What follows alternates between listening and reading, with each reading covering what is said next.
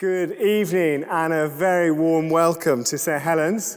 My name is Jason and I'm part of the staff team here in this St. Helens Church building in the City of London. And this is where many of the people who are joining the call tonight come on a Sunday or midweek for our Bible studies. And they may well have invited you to join this evening. Well, it is my pleasure to be able to welcome you. Whether you are joining, just dropping in on the live stream or part of the Zoom call, it really is great to have you. I'm sure I probably need to apologize for Campbell's welcome chat on the Zoom call, but I hope you survived that. Either way, I do hope that this event will be really helpful for you to understand more about what Christians believe and why they believe it. Shortly, we'll meet our speaker, Aneirin Glyn, and Aneirin is going to address the question, will social distancing ever end? And he's going to address it by looking at Matthew's Gospel, one of the books of the Bible. If you wanted to, you could grab a Bible from the shelf now, or just search for it online by typing Bible Matthew 8. I believe Campbell has also posted it on the chat in the Zoom call. After the talk, we'll have an opportunity to put some questions to Aneirin, either about what he said or more broadly about the Christian faith. And so the details will pop up on the screen below me. And at the end, I'll gather those questions and put them to Aneirin. Please do send them in. I won't keep your details. I won't know who they're from. So please be open, ask whatever you'd like to, and I'll put them to Aneirin on your behalf. For now, all that's left to say is that it really is great to have you join us, and I'll hand over to Aneirin. Thanks, Jason, and good evening, everyone. It's great to be with you here tonight. Now, keep your distance. Not too long ago, that was a slogan for learner drivers everywhere, but now it's got a new meaning, hasn't it? Keep your distance. We hear it everywhere. We hear it in the supermarkets. We have it here in church. Everywhere you go, keep your distance, whether it's 1 meter or 2 meters or whatever the latest is. Most of us, I guess, would have been told off by others. I've even been shouted at for supposedly not keeping my distance. Or maybe we've been the ones to tell others off for the same thing. So as a result, life has meant recently staying at home. The special occasions of life, those meals out, the sporting events, the concerts, well, they've all been banned. No social gatherings, even with our closest family, unless we live with them. And we've had enough, haven't we? Quite simply, we have had enough. It's not how we want life to be. We just want this to be over. And Boris has now given us the date, 21st of June, 111 days to go. That's when venues will reopen, large events allowed, party time. Well, I guess we do have to say we hope so. Strictly speaking, what Boris said was no earlier than the 21st of June. And there are just vague references that there might still be some social distancing measures, TBC, apparently. Well, we will see, but it is agony, isn't it, this wait? We are longing for it. Will social distancing ever end? But why is that the question that we have raised for an event like this from church, thinking about Jesus and the Bible? Well, it turns out the Bible has more to say about social distancing than we might have realized. In fact, what it says about social distancing very much speaks into our situation at the moment with the coronavirus. So to see that, we're going to look very briefly at a man who labored under very severe social distancing restrictions, far more severe than we've had to put up with these last few months. And as Jason mentioned, we're going to look at Matthew's Gospel. The incident is recorded there. Now, Matthew, one of Jesus' 12 disciples, so he lived with Jesus, he knew Jesus very well, and he recorded for us what he saw and heard. So we're in Matthew chapter 8, and I'm going to read for us the first 4 verses. When Jesus came down from the mountain, great crowds followed him. And behold, a leper came to him and knelt before him, saying, Lord, if you will, you can make me clean. And Jesus stretched out his hand and touched him, saying, I will, be clean." And immediately his leprosy was cleansed. And Jesus said to him, "See that you say nothing to anyone, but go, show yourself to the priest, and offer the gift that Moses commanded for a proof to them." Three things for us to notice from what we've just heard in that reading. First of all, the ever-present shadow of death. The ever-present shadow of death. So as we join this account, Jesus has just delivered his famous Sermon on the Mount. He's literally on the way down the mountain when we're told, "And behold, a leper came to him." Now, in today's world, leprosy tends to describe what is technically called Hansen's disease, which has dark skin lesions, nerve damage, consequently an inability to feel pain. That might lead to a loss of fingers or toes or even more. So that's what we think when we hear the word leprosy. But that's not actually what the Bible has in mind, or Matthew in this passage, because Matthew is working with an understanding of leprosy that came from the Old Testament section of the Bible before Jesus. And so, if you like, in medical terms today, the kind of leprosy that Matthew is talking about would actually not be considered that serious. It wasn't particularly infectious. You might even say it was a relatively mild condition which would cause white, kind of flaky skin over the body. And yet, having said that, let me just read for you a couple of verses from the Old Testament telling us, well, what to do with a person who is suffering from this sort of leprosy. Quote, "The leprous person who has the disease shall wear torn clothes and let the hair of his head hang loose, and shall cover his upper lip and cry out, 'Unclean, unclean.' He shall remain unclean as long as he has the disease. He is unclean. He shall live alone. His dwelling shall be outside the camp." Well, can you imagine living like that? So yes, we're in lockdown today, but obviously this is far worse. Well, not least because for us, we're all pretty much in the same boat when it comes to lockdown. But not for the leper. He could see others meeting, socializing, enjoying all those things, but he was definitely excluded and not welcome. And also for us, there is this light at the end of the tunnel. But for the leper, there'd be no 21st of June or any other date. The only hope he had was if the disease, the skin condition, would clear up. But that was the problem. Yes, the medical symptoms of this leprosy were not especially serious, but they were usually incurable. So therefore, the leper had a chronic, lifelong condition. So you might ask, well, why then all those restrictions? And this is now bringing us really to the heart of the issue. Because if leprosy wasn't really that contagious, we might say, or serious, why all of this? And it turns out the answer is that, well, this sort of leprosy, it wasn't deadly, but it was death-like. It looked like death, and therefore was associated with death. And so, if you like, these regulations, the aim was that this would be a reminder, not just to the leper, but to everyone, of actually what was true for everybody, namely their mortality. Which, of course, is what coronavirus has done to us. Do you remember normal life, whatever that was? Well, during that, most of us tried and were often successful in keeping death at arm's length, out of the picture. And we managed it maybe reasonably well a lot of the time. But it's fair to say coronavirus has blown that apart. Because death has been in our face. We may have known someone who died. Certainly the news coverage is relentless.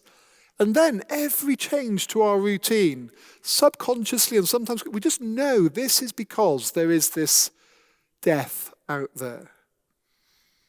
We just can't push it away far enough. Next slide, please, says Chris Whitty. But what comes up on the slide? Well, you look at the measure on the vertical axis, and again, it's number of deaths. The death toll we are very pleased to see is now falling, which is brilliant. But still, yesterday in the UK, 104 deaths. So yes, we do want social distancing to be over, but of course that speaks to much more that we are longing for. We just want this whole thing over. Now, of course, we want the death to stop because we do care about others. But also, we want to get rid of this in-our-face constant reminder of mortality. And presumably the inhabitants of Israel also didn't particularly want to dwell on death. But there they were out and about going for a walk with a family, and then they heard that voice, unclean, unclean. Again, no escape.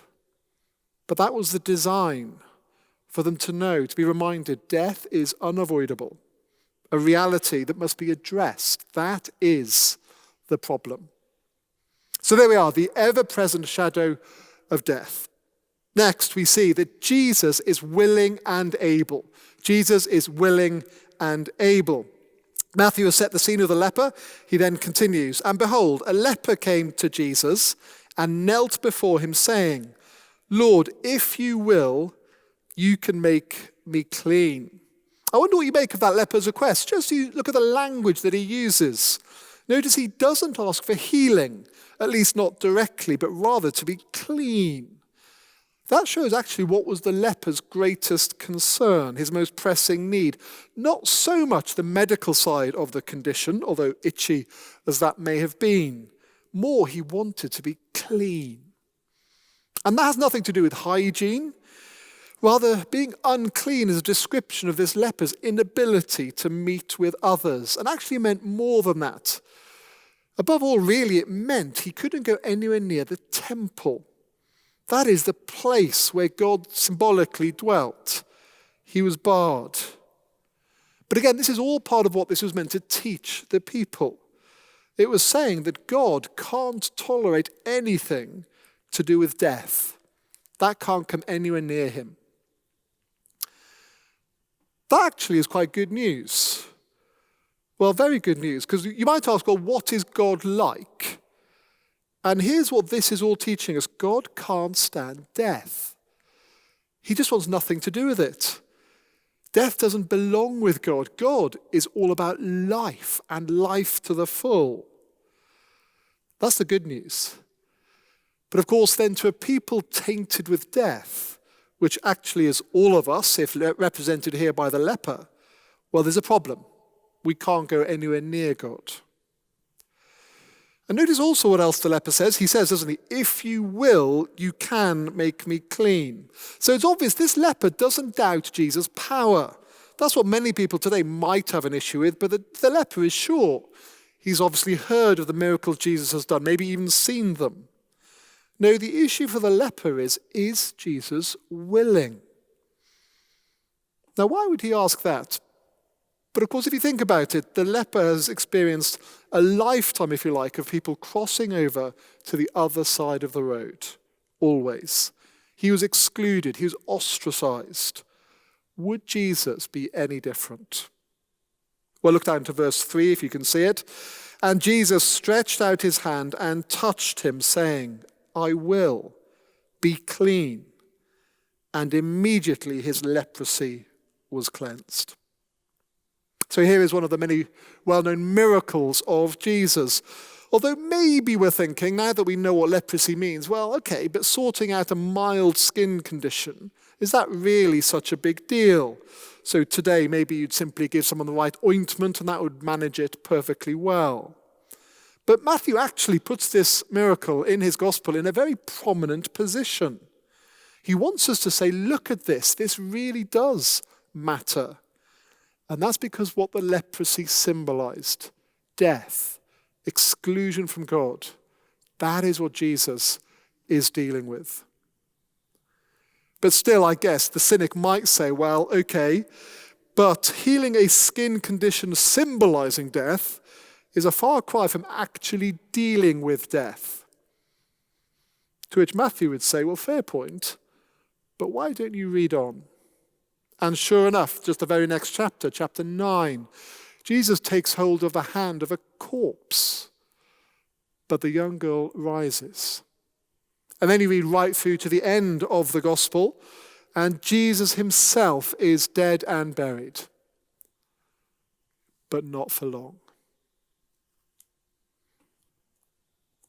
And this defeat of death by Jesus really is not just good news for Jesus. Imagine the scene. Someone is walking down the street. They're coughing, sneezing. In fact, you can tell they're struggling to breathe. Then you notice they've got a big sign they're carrying. It says, "I've got COVID." Next thing you know, they're hit by a car. They're lying in the street and they are gushing blood. They cry out to you, "Please come and help me. Stem the blood." Well, what do? Well, the leper, tainted by this deadly, contagious uncleanness, cries out to Jesus. And what does Jesus do? Well, he reaches out and touches him. Now, of course, that's compassionate. But more than that, should anyone else touch that leper, well, they too would contract the uncleanness. But not with Jesus. With his touch, if you like, the R number drops to 0. Well, in fact, we could say even more than that. It's driven into the negative. Because now the transmission goes the other way.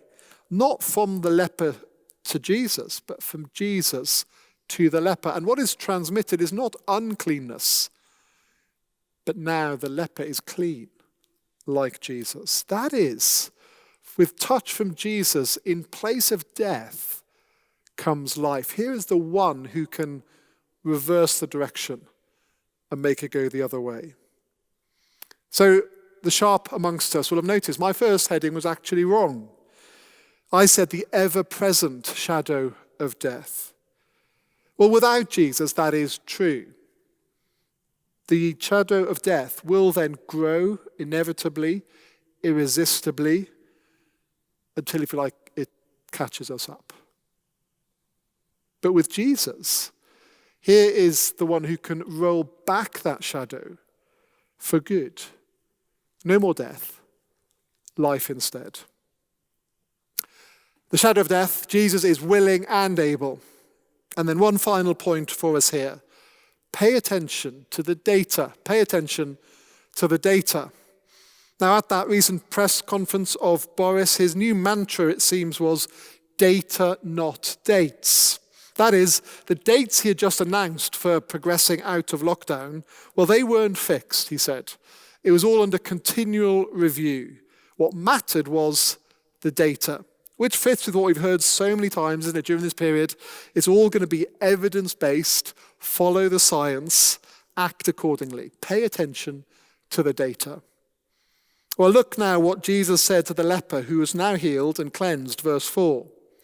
And Jesus said to him, "See that you say nothing to anyone, but go, show yourself to the priest and offer the gift that Moses commanded for a proof to them." Now here Jesus is following the protocol established back in the Old Testament. So imagine the priest on duty in the temple that day. He may well never have come across a cured leper before. In fact, because it was unheard of. But yes, the priest checked this man's skin, and it's true. It was clear. You can just imagine the priest might then ask him, "Well, what's your secret?" And the ex-leper just might have replied, "Well, you, the priest, can diagnose leprosy, but I've met the man who can cure it." Well, Jesus Christ came into our world, our dying world, to make a difference, which he did. And there is proof. There was proof for that priest. Then there'd be proofs for everyone else who knew the leper.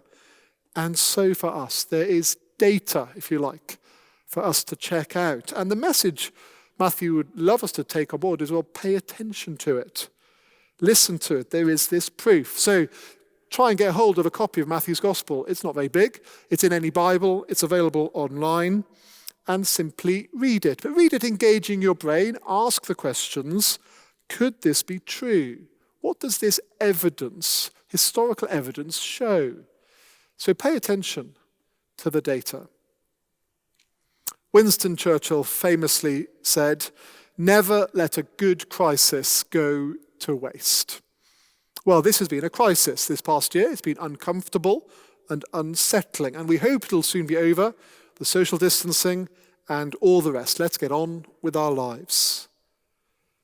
But never let a good crisis go to waste. That is, this crisis has brought to the fore what maybe we'd rather not think about. But even when the crisis recedes, the issue of death will still be there. Trying to get it out of our minds, well, it'll still only work for so long. So why not discover what can make a lasting difference? Or rather, who? Because Jesus is willing and able.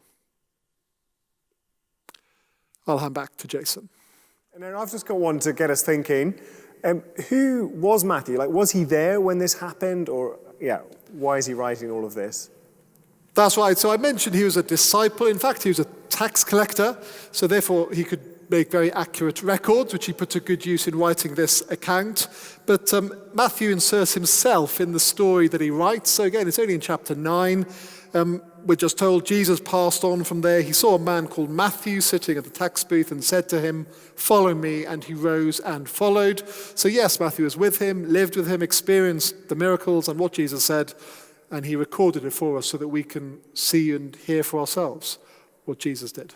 Brilliant. I'm just thinking, what sort of environment was Matthew in? Would COVID make any sense to him? You kind of alluded to the kind of picture of death in the leper. I don't know about COVID, but I think we can now imagine a little bit more what life was like for a leper. I mean, not quite the same, but maybe in some way just grasp how difficult that would be. But I think the parallels in terms of the reason that the Bible has these restrictions for the leper and all that they had to do and go through and couldn't do was to make this issue of death front and center. Because like for us, we'd rather not think about it, and we go through a lot of life not thinking about it, but coronavirus has made us all think about it. We might have talked about it so much, maybe, but we lie awake at night. We've seen what's happening to others. People are clearly very concerned, and that shows in the way they live. And if unspoken, it's still there, death. Brilliant. Well, if Jesus has defeated death, then how can people still die today? That's right. So you've got to work out the timing. So death is defeated because Jesus rose again from the dead. I'll just read a verse that a sentence that Jesus spoke. I'm going to switch into John's Gospel, which is maybe cheating, but another disciple of Jesus recorded what Jesus said. Jesus was at a graveside, and Jesus said to, it was Martha, "I am the resurrection and the life. Whoever believes in me, though he die, yet shall he live. And everyone who lives and believes in me shall never die." So clearly there, Jesus recognizes that believers will die, although he says, but they will then live. So they will rise again to be with him. But at the same time, he says, everyone who lives and believes in me shall never die. So yes, we'll physically die, but the most important thing is to have life with God, or eternal life, as it's called. And that will go on forever. So compared to having that, our physical death is no longer such the big deal that it was. It's still sad, and others will grieve, but we have begun a relationship, back in relationship with God, with the Lord Jesus, that will never end, and even death won't interrupt it. So the reason death is still here is because God will put everything right one day, but when he does, that will be the end, and then there'll be no more time for others to come in. So we're in a little in-between period. As the message of Jesus goes out, there's still suffering, clearly, and death, although the believer knows they are ultimately secure, but the aim is for more to hear about Jesus and trust him and come to know him.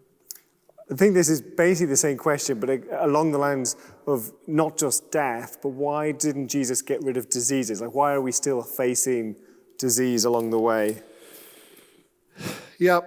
So again, in Matthew 8, Matthew 8 has a lot of thinking about diseases and death and how Jesus fits in. And it does say, Matthew 8, verse 17, that all these healings that Jesus was doing says, this was to fulfill what was spoken by the prophet Isaiah. He took our illnesses and bore our diseases. So that's a quote from Isaiah 53, a prophecy from 700 years before, very accurately describing what would happen when Jesus died. And at the cross, Jesus was taking on, the word is sin, the way we've turned against God, but then all that follows from that, diseases, sicknesses, death, even the judgment of God. So those things ultimately have been dealt with once and for all. But again, there is a delay until the full experience comes in, because at the end of Matthew's gospel, Jesus tells his disciples and us to go to all nations and make disciples of all peoples. And to give time for that, we don't yet experience in full all that he has won for his people. But as we look at his resurrection, we can be sure that that will follow. Brilliant. You've answered this question, so don't go. But someone is asking, why isn't Jesus around now? And that it is that time window that you were discussing. Is that right? That there's a delay before he returns? There's a delay, and we wish he was on earth. And it's right to want to be with Jesus. If you know him, it will be wonderful. But actually, we're in a better position than Matthew and the other disciples were then, because we have his Spirit to help us. And the Bible says, because we've got these accurate records of what Jesus said and did, we don't actually need to be there because we can see it and hear it. And yet Jesus is now helping us by his Spirit to live for him and to get the message about him out. I love some of these questions. People concerned for others. It's great to see. First of all, people concerned about this poor person run over by the bus. What should Christians do if someone is injured like that? Surely only Jesus could really do anything about it. But, just some thoughts on how to respond to that sort of... Well, Phoebe, who's a member of this congregation, is soon going to start a job going around in that emergency ambulance. She's an A&E doctor. Yeah. So just phone Phoebe and get her there very, very quickly, I think, is the answer. I think part of the reason that little picture was, it wasn't meant to say, what should we do? It was just that actually we can't because, well, we might be able to help, but the danger is clearly that the infection is going to come in my direction and I might be able to help. But whereas Jesus is different. So that's why he was compassionate, and that comes up in all sorts of places. But he wasn't compassionate in the sense of risking catching the disease, because that's the point. He is different. He could go up and touch them, and it would go in the other direction. He is unlike anyone else. And so that's why the answer to the puzzle is Jesus is different, and that is a wonderful thing.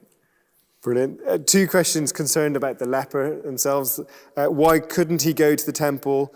Just because he has a disease, it wasn't his fault. Why was he punished? And then, isn't it a bit unfair to lepers if they were just the representative death and they suffer segregation? Why the strong symbolism? Did people really understand the meaning behind it? So why did he get such a hard deal? I think these are great questions, because these are the things you would think about when you consider these things, the way it was set up in the Old Testament. So the language there of punishing, unclean doesn't necessarily mean sinful.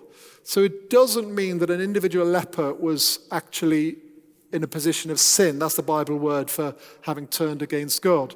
It would be sinful, to use that word, for the leper to go to the temple, because he'd been told that was not acceptable. But in terms of having the condition, that wasn't sinful. It was unclean. But unclean doesn't necessarily mean sinful. So in that sense, but then, yes, all these questions about, is it fair? I mean, this is like the wider question. Why is there suffering in the world? Why does it impact some people rather than others? One answer, definitely with a leper, is God is trying to wake up Israel and us as we ask these very questions and say, but, what about his family life or his travel? He can travel, he can go to all these nice places. And the first answer is, don't you get it? This is trying to say there is something more important, which translates to today. We think, I can't travel, I can't see this gathering. Now, all those are good God-given things, but God is trying to wake us up and say there is a bigger issue on the table, the issue of death and the judgment it deserves. So, first of all, it should drive you to that and realize that's what it's saying is important. And then there'll be other things to say in answer to those sort of questions. Brilliant. Do send in your questions. We'll just have a few more minutes of questions. So if you have one, send it in now so we don't miss out the opportunity on that. Just why did Jesus tell them to go to the priests? Like, what was going on with that request? Well, it shows a number of things, doesn't it? It shows in that day, it was the priest who was the only one, like I said, he could diagnose leprosy or its cure. Interestingly, you read Leviticus 13, which is the chapter of the Bible which speaks lots about leprosy, and chapter 14, and it talks about this, and the priest would diagnose leprosy and diagnose the cure. And yet it turns out very few people would ever be cured from it. So the Bible was setting up, wasted a lot of space saying that when there was no need, until he came to Jesus. And so in Israel in that day, the way it was set up, it was the priest who could pronounce the leper clean. And so Jesus worked with the whole system that the Old Testament had set up in terms of ritual cleansing and purity. So it almost is telling us, you still need to pay attention to that, because although we no longer live under those systems, it has a lot to teach us. And so it would have been proof to the priest, obviously, but also proof to those who the leper might have run off to speak to first. Jesus says, no, do it by the book, and that will be the biggest proof. And the biggest proof not only of his cleansing, but ultimately there is one who can do this and reverse it. Brilliant. So clearly that leper, now cleansed, can be reintegrated into society. Is there any comment on how Jesus can do that for people today, that reintegration? So all of the conditions that you look at in Matthew's gospel, there's all sorts of things. Leper, there's paralytic, there's blind, there's deaf, all these issues, the mute and the dumb, then they all point to the problem that because of the way we've treated God, our relationship with him is spoilt and broken. And all these things that spoil life, that drive some of these questions, are all meant to be a megaphone, as C.S. Lewis put it, to rouse us and to wake us up. So if we realize there's a problem, the question is, but what is the problem? And it's not ultimately my health. It's the fundamental issue of, am I right with God? And so all of this is to drive us to that question. And that's when, Jesus makes then all sorts of promises. In these chapters, he says, follow me. So in the midst of all of this, he's asking people to follow, and that's a part of it. And then just a bit later, chapter 11, Jesus then, he's in chapter 11, John the Baptist asks him, are you the one who was to come, the promised king of God? Jesus says, look at what I do. And one of those is heal the lepers, because this is meant to be a sign showing uniquely this is God's king. Once you get it, Jesus says, I've come. Chapter 9 says, I've come for sinners. I've come for the people who failed. Chapter 11, he then says, come to me, all who labor and are heavy laden, I will give you rest. Take my yoke upon you, learn from me, for I am gentle and lowly in heart, and you will find rest for your souls. So he is simply saying, if you've grasped what the problem is, that I'm the one who can meet it, well, come to me, and he will give the life that he gives. Brilliant. Just a few more just as we kind of wrap up, but why don't we see those miracles today?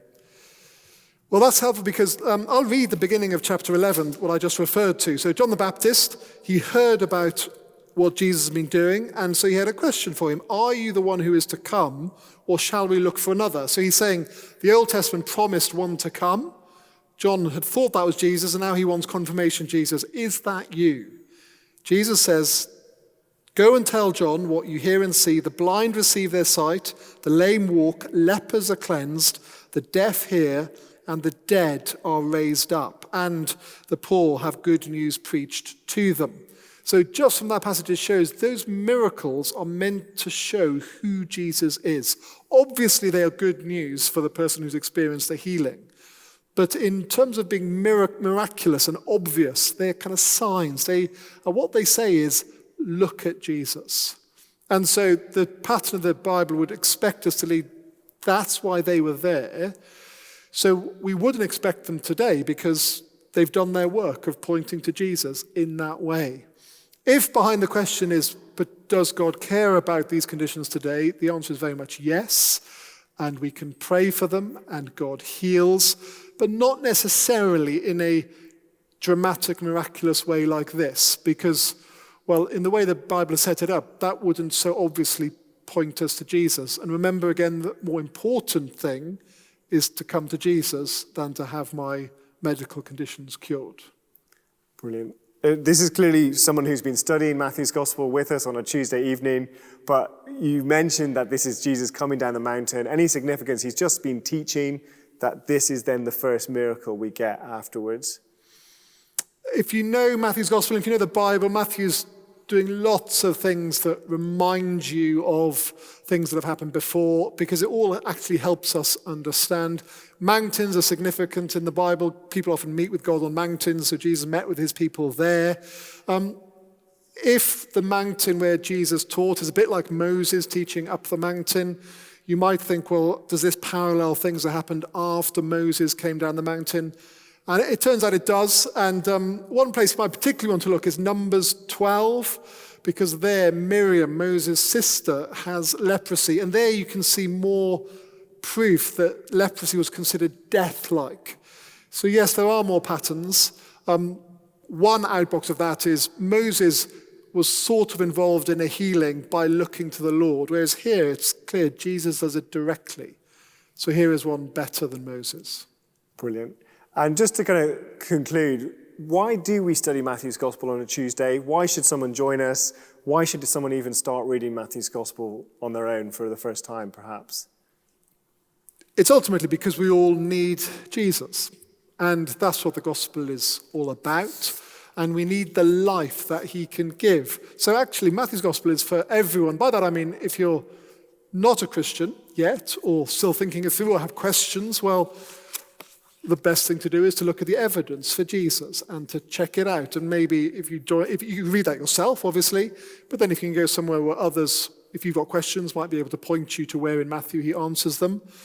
But then, likewise, those of us who've started following Jesus or getting to know him better, well, just that, we want to get to know him better. And that previous question just pointed at the richness that you can read Matthew straight through. You'll have questions, but I hope you'll understand the gist of it. But then once you've come to know Jesus, you want to know as much as you possibly can. And as you realize, Matthew seems to think Jesus is the fulfillment of everything that came before, you think, well, there's obviously lots more to learn about Jesus. And so we meet to find that out. Brilliant. Thank you, Aneirin, once again.